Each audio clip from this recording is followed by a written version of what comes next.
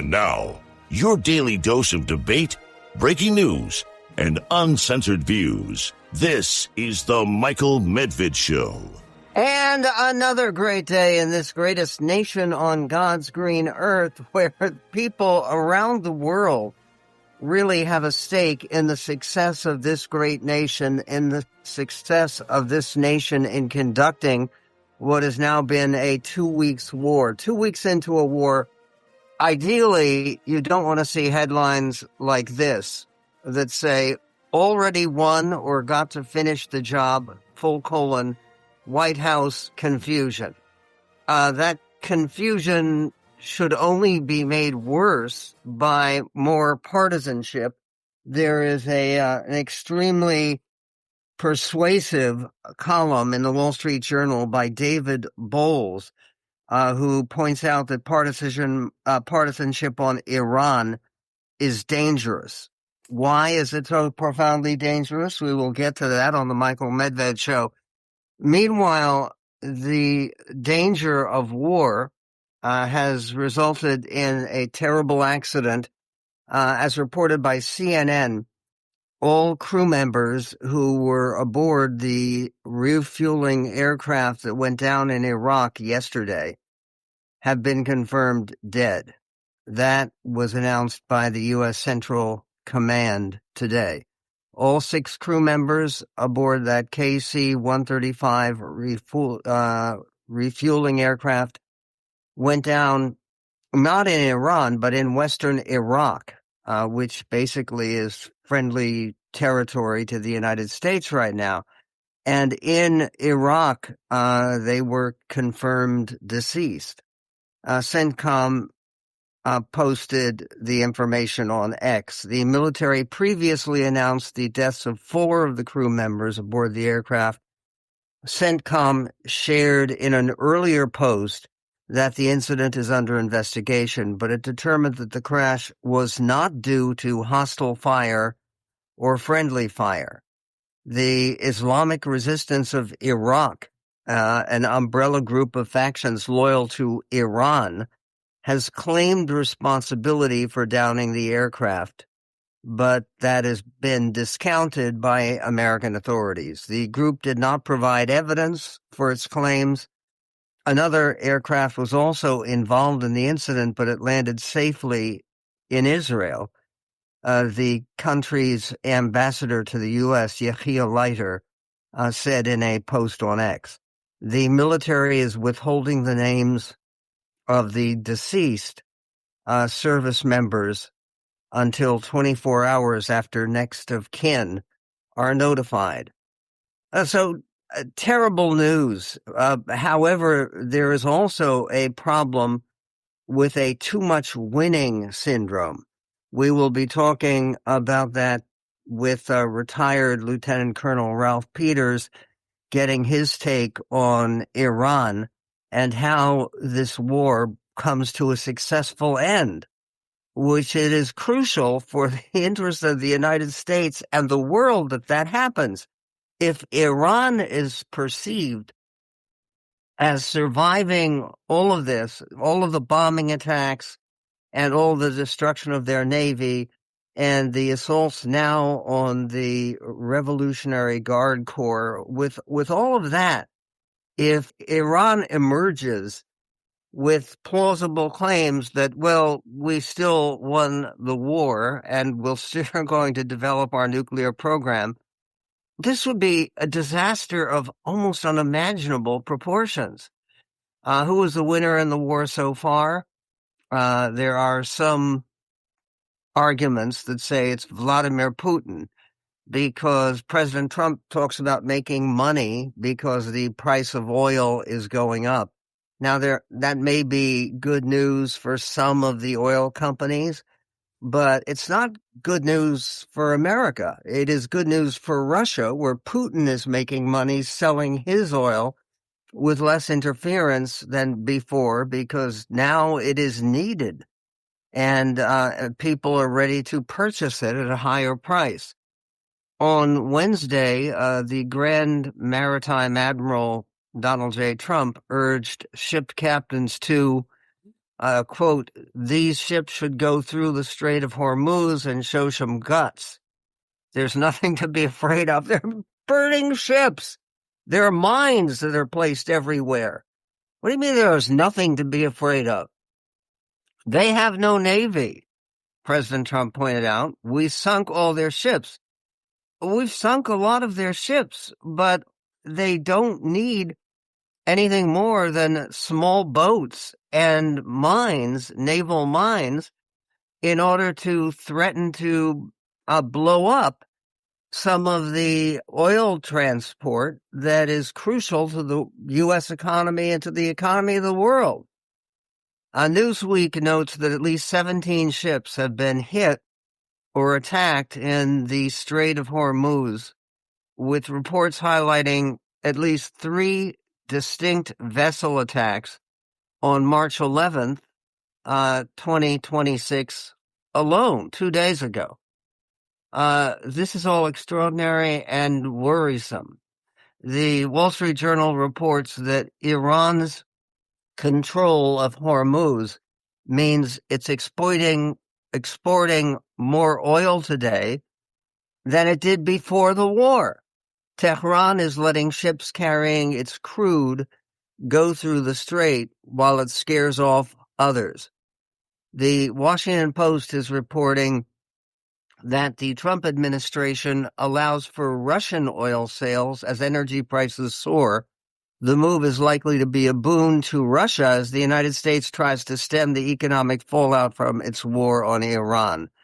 U.S. gas prices rising sharply, you may have noticed, averaging around $3.48 to $3.61 per gallon, driven by Middle East conflict disrupting oil shipments through the Strait of Hormuz.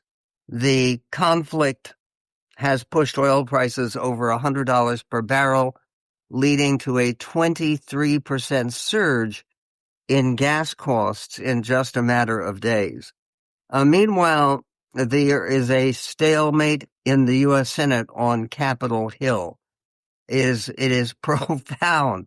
There is a secretary switch going on at Homeland Security. There are stalled salaries, DHS shutdown at 1 month. The shutdown of the Department of Homeland Security will officially reach the 1 month mark tonight at midnight, with no clear signs of when it may end. Senate Democrats again blocked a measure yesterday to advance a House-approved bill to fund the Department of Homeland Security, with all but centrist Senator John Fetterman, the Democrat from Pennsylvania, voting against it. Unlike in past recent shutdowns, Democrats have remained almost entirely unified in sticking to their demands for immigration enforcement reforms. This was the 4th time Democrats have voted to block legislation to fund the Department of Homeland Security.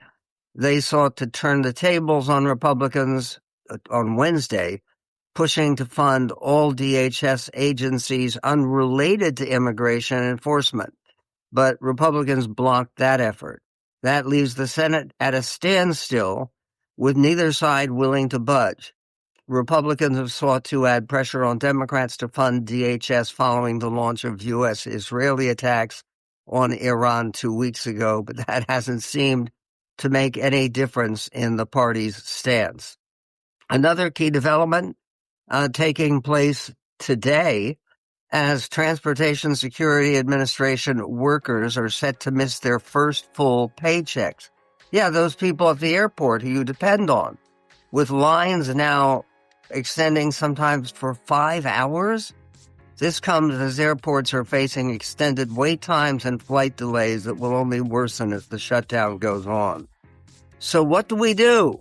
Where do we go? How do we make it better? There are some suggestions that are worth paying attention to coming up on The Medved Show. Ryan Reynolds here from Mint Mobile. I don't know if you knew this, but anyone can get the same premium wireless for $15 a month plan that I've been enjoying. It's not just for celebrities. So do like I did and have one of your assistant's assistants switch you to Mint Mobile today. I'm told it's super easy to do at mintmobile.com/switch. Upfront payment of $45 for 3-month plan, equivalent to $15 per month required. Intro rate first 3 months only, then full price plan options available. Taxes and fees extra. See full terms at mintmobile.com. And on the Michael Medved Show, as things deteriorate in the Gulf of Hormuz, again, which is becoming a very obvious flashpoint with destructive impact on the world economy, on the U.S. economy in particular, and on some kind of victory or success with the war and its manifest aims. Its manifest aims include destroying and eliminating Iran's nuclear capacity and also stopping its funding and supply for terrorism around the world, including two recent attacks, yesterday here in the United States. We will get to that on the Medved Show. The Secretary of War, as he prefers to call himself, Pete Hegseth, did a press conference today where his summary of the situation and where we stand on the war not only sounded confused, but directly contradictory to itself. Here is the Secretary of War, Pete Hegseth, this morning, clip 20.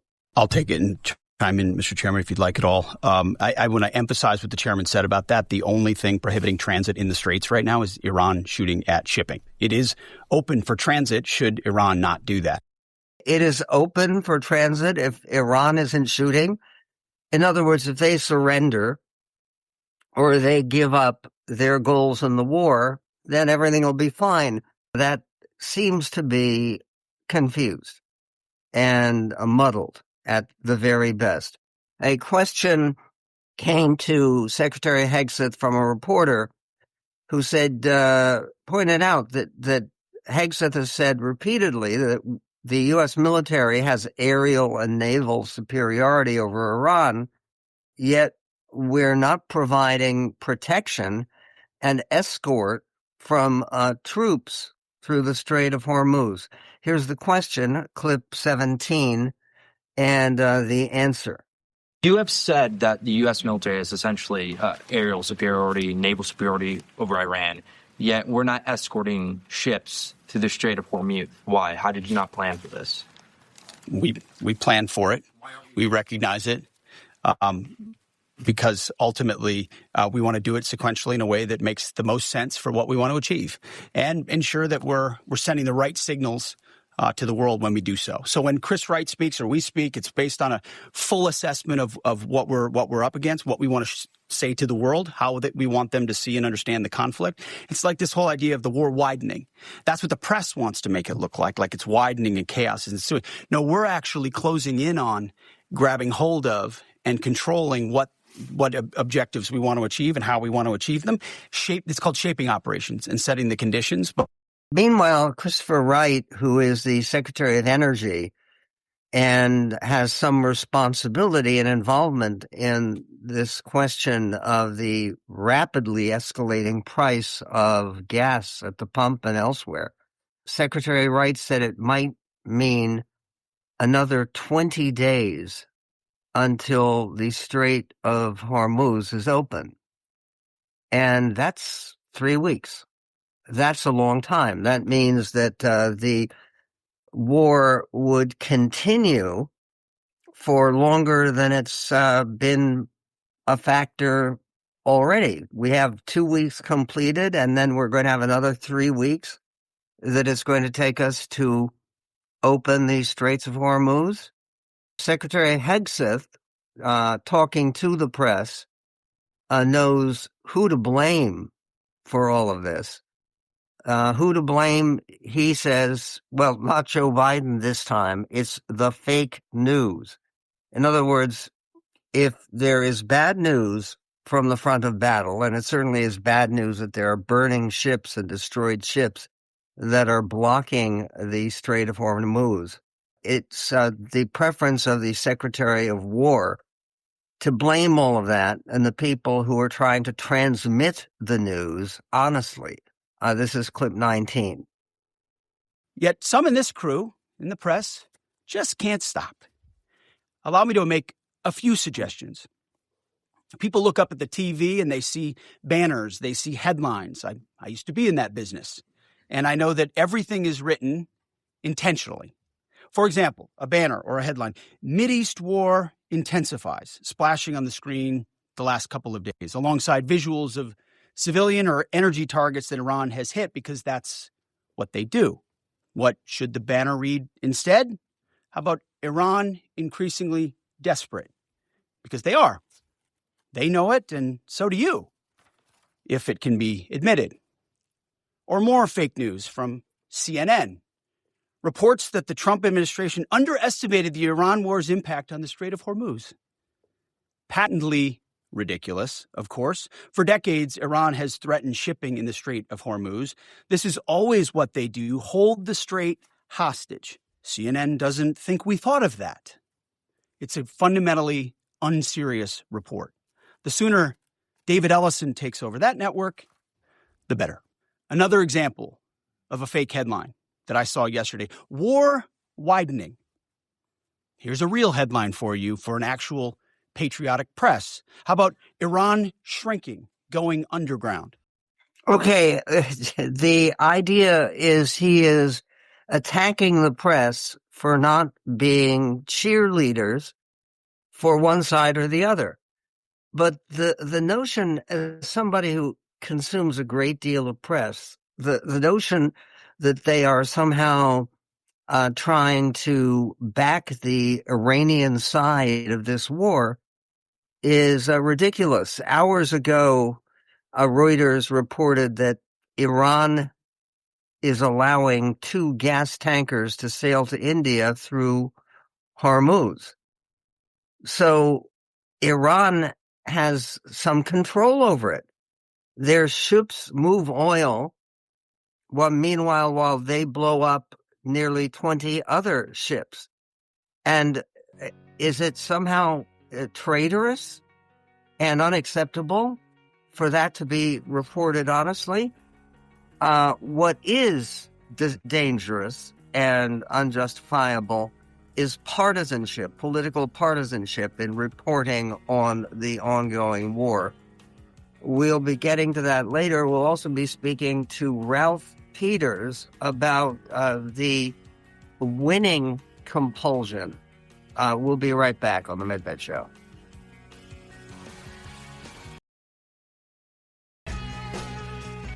Ralph Peters is a retired officer, a lieutenant colonel in the United States Army, where he focused on intelligence and intelligence gathering. He's also a best-selling novelist and the author of innovative works on strategy and security. He's the author of 34 published books at the moment, and probably he's working on another one right now. Ralph's most recent column, which has been published by the Hoover Institution, is the too much winning syndrome. And one of the things that he points out here is whether in strategic affairs or our personal lives, the occasional setback can be a blessing. Are you suggesting, before we start, I just want to remember to urge you to subscribe to our YouTube channel, which is Michael Medved Official. Ralph, talking about winning too much, are you suggesting that the early news in this war may have trapped Trump and Hegseth and the rest of the policymakers into a dangerous channel? Well, I think they were already in multiple dangerous channels, Michael. And I think though it was something of a misfortune for Trump to have these early, easy rolling military successes, grabbing Maduro, pulling him out of the country, virtually no cost except the fuel. And then you have, of course, the attacks on the drug boats, if they are indeed drug boats. And there was a sense, I think, the administration that our military can do anything you tell it to, so why not do it? And of course, Trump holds grudges a very long time, and for some reason, I do not know what it is, he's had a grudge against Iran. And I have no sympathy with the Iranians. I don't mind the fact that their old leadership is now gone. But that said, Michael, you know very well, you gotta pick your time and your place. And you gotta pick them carefully. And I think the overconfidence, the hubris of the administration going into Iran without any immediate intelligence preparation, just doing it and relying on target lists that we've been formulating for decades. You saw what that brings. At any rate, overconfidence is as close as you can get to a guarantee of defeat. Now, I'm not suggesting the Iranians are going to defeat us in the battlefield, but right now I can tell you, the Iranians took the lessons of Iraq, of Afghanistan, to mean that you can wear the Americans out. You can outlast them. It may be hard, it may be painful, but you can outlast them. And they're determined to outlast us. They're not going to cave. And also, if I may just continue for one more thought, I've been arguing this for 30 years, or almost 40, that when you face an enemy motivated by passionate religion, I don't care what it is, it's really a tougher opponent, because Trump's a transactional guy. But you can't do that with the religious guys, because first of all, they'll cling to the fight forever. And even if they think at some point they need breathing space, they'll make a temporary agreement, but they don't feel honored. They don't feel obliged to honor your agreement with the infidel, etc. And so we just went through multiple decades of warfare against religiously motivated enemies. And we still, after Iraq and Afghanistan, cannot admit that our enemies are motivated to say, oh, the Iranians, well, the Revolutionary Guards were all corrupt. Well, corruption and religion have gone hand in hand since the dawn of time, as near as I can tell. There's no problem there. But what really matters, Michael, is you got to study your opponent. Credit him or her with free will, with a vision of their own. Are you saying that there desperate Iranians would try to close the Strait of Hormuz, would try to interfere with international oil traffic? Well, I think it's crazy that we weren't prepared for that. We were not prepared for this Iran adventure. Call it what you will, war or not. Excursion is the word they're using now. Yeah, get on the tour bus, right? Count the heads. But no, they weren't prepared. They were convinced it was going to be easy. The Iranians would fold. But the Iranians are dogmatic and intensely committed to their religious vision and their vision of where they fit in the Middle East and the world. Trump and poor Hegseth, God help him, that guy is so far out of his depth. He's a mouse trying to swim the Atlantic Ocean. Yeah, well, okay, which is a great image, but not an encouraging one.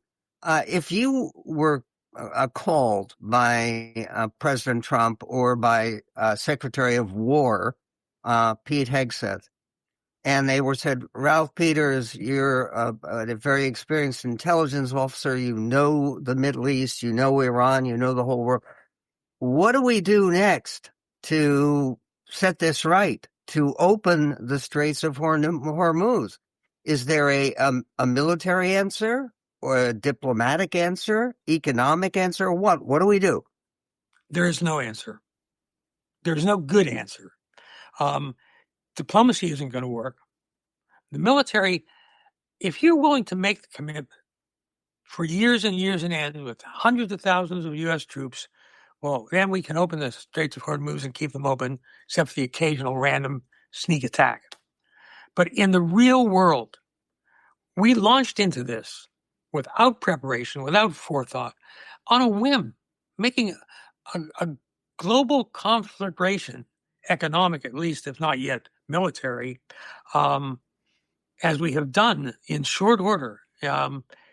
is stunning to me. But to not be prepared, the military rule, Michael, is you always worst case it. You may hope for the best, but you prepare and you look at alternatives, we call them branches and sequels. Well, if A happens, is B going to happen, or could it go right to X? What are the alternatives? They didn't war game it. They didn't do any of it. They just launched in, sure that the Iranians will fold. Well, guess what? To use the cliche, the accurate cliche, the enemy gets a vote. And the Iranians are not going to fold immediately because they're convinced that they can outlast us. That's simple. Okay, so what happened to the idea that there were 30,000 people who were murdered by the regime, that the regime had only 10% or maybe 20% support, that the regime was ready to fold? Do you believe that was the sincere conviction of President Trump and his advisors? Yeah, I do believe that they convinced themselves that the Iranians were ready to fold. But remember, the one slight chance they had would have been going in earlier to actually support those demonstrators who were slaughtered. They didn't do that. Look, we are in so deep that there's no easy, no medium easy, not even a difficult way to get out of this with any dignity. And this may be yet another defeat for the United States of America. The most powerful military in the world is not much use if it's not led by a brain. And we will talk about more concerning what Ralph Peters calls the too much winning syndrome. What's fascinating about this is that President Trump foresaw that. He predicted when he was running for president in 2016 that we're going to be winning so much that the American people are going to get tired of winning. I don't think there are many people who are tired of winning right now, but they're certainly tired of the war. What do you do to build support for a successful conclusion to this war? That and more coming up with Ralph Peters right here on The Medved Show. Sign up today for our free weekly newsletter at michaelmedved.com.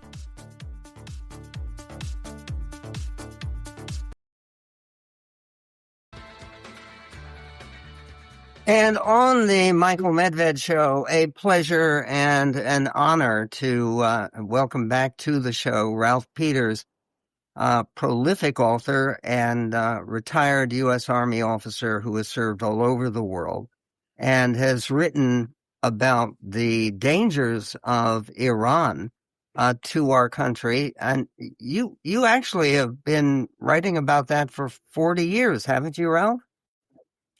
Yeah, I've lived through multiple crises. The good part about having that you and I have both been through multiple crises is you get to a point where you don't panic. You might get angry, you might be concerned, but you don't panic because, to use an old German expression, die Lage war immer so ernst. The sky was always falling. There's always been a crisis. Certainly in the days of our youth, there were plenty. But right now, this peculiar self-inflicted wound of a crisis created on a whim by an American president, affecting the entire world economy, affecting our allies who were blindsided, betraying alliances, doing utterly foolish things, misusing our military, and bragging about it. Michael, I'm stunned.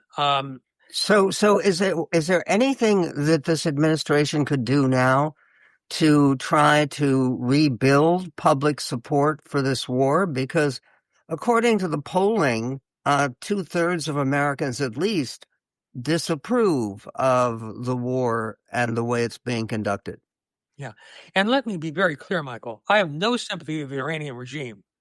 The leaders who were killed, fine, all for it. My problem is that you have to do what we call prepare the battlefield in a global sense. You have to get your allies ready. You have to study the problem. You have to war game it. You don't put our troops in danger frivolously. And this administration checked every block of how to get it wrong.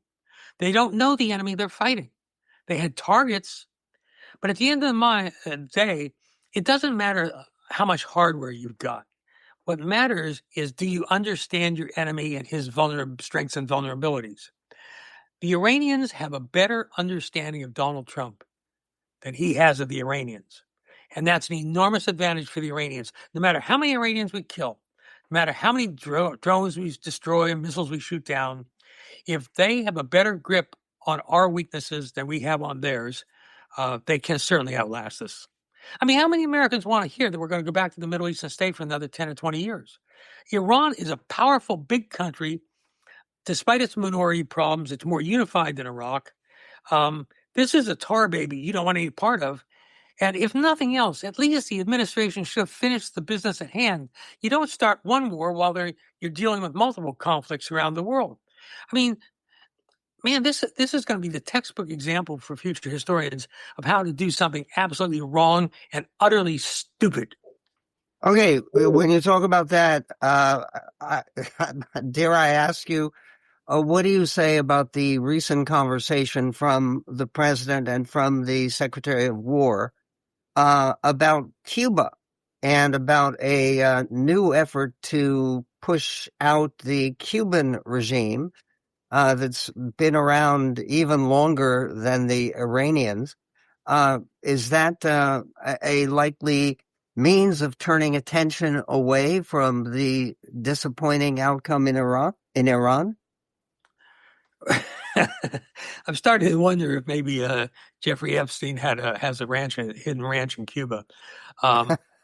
Yeah.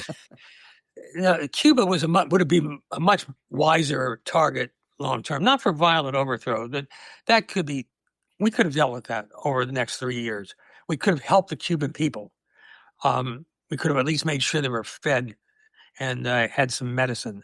But instead, we're off in Iran in an unnecessary conflict.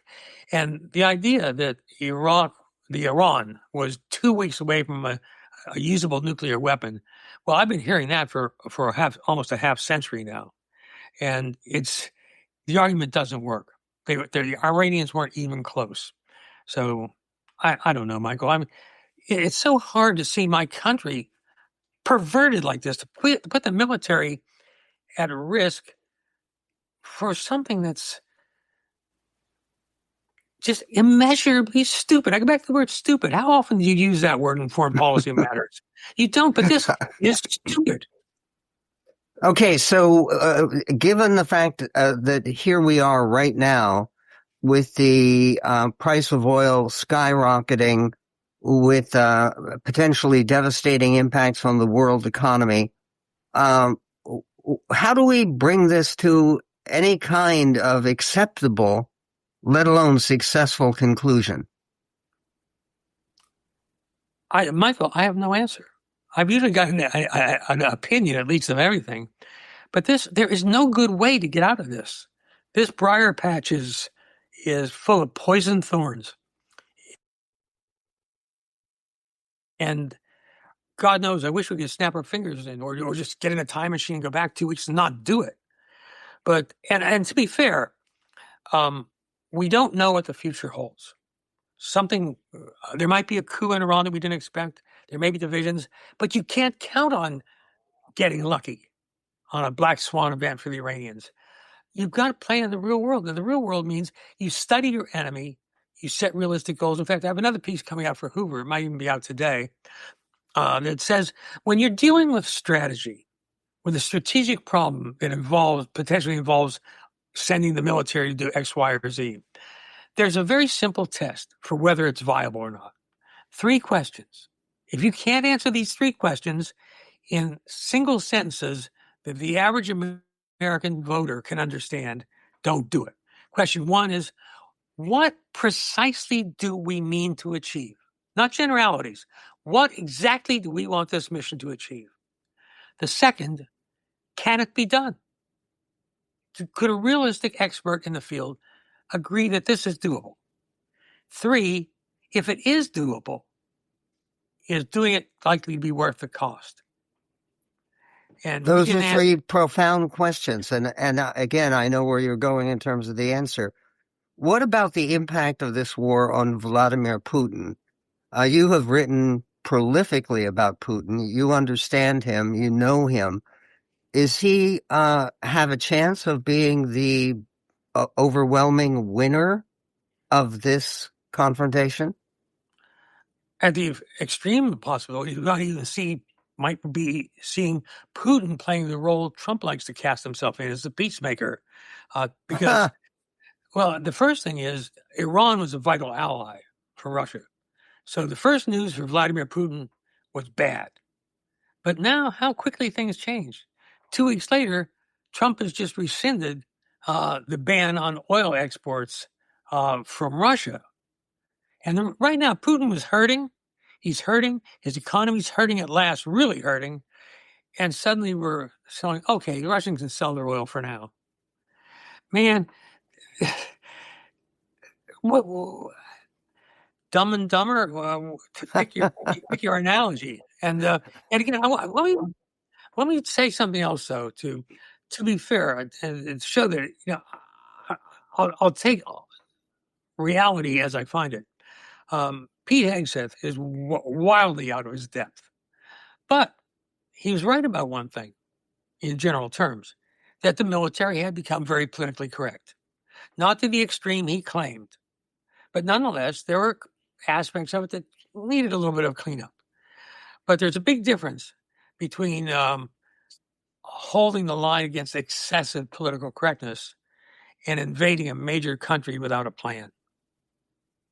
And those are matters that are brought up in the new piece, To the Too Much Winning Syndrome by Ralph Peters, along with material on his other books and columns. It's posted at our website at michaelmedved.com. The info about his fascinating books, and including his priceless series about the Civil War in the United States, which, by the way, can teach a great many lessons to today's policymakers. Ralph, let us hope for a successful weekend for our forces and for some kind of remarkable and maybe unexpected deliverance from the difficulties that we're all experiencing. We are going to speak later in this program about revelations concerning 2 shootings that occurred yesterday. One potentially very devastating, and the other also claimed some innocent life. What is going on in the homeland? We have Homeland Security Department. What is the future there for this greatest nation on God's green earth?